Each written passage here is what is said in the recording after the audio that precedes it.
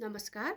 आज म तपाईहरुमाझ हाम्रो शरीरमा पानीको मात्रा कमी भएपछि के कस्ता लक्षणहरू देखा पर्छन् भनेर केही जानकारी लिएर तपाईहरुमाझ उपस्थित भएकी छु। पिसाबको संक्रमण, पिसाब फेर्दा दुख्ने, पोल्ने, दुर्गन्धित स्मेल आउने, सास गनाउने, मानिसहरू तपाईबाट टाढा रहनेछन्, एनिमिया जसको कारणले गर्दा अनुहारको चमक नै हराउनेछ, मोटोपना, वेट लुज गर्न गाह्रो हुनेछ, एसिडिटी, पेटको जलन, दुखाइ, किडनी स्टोन, तपाईहरुलाई असह्य पीडा हुनेछ, भिजनमा पनि प्रब्लम आउन सक्छ, स्ट्रेस भइहाल्यो, हेडेक।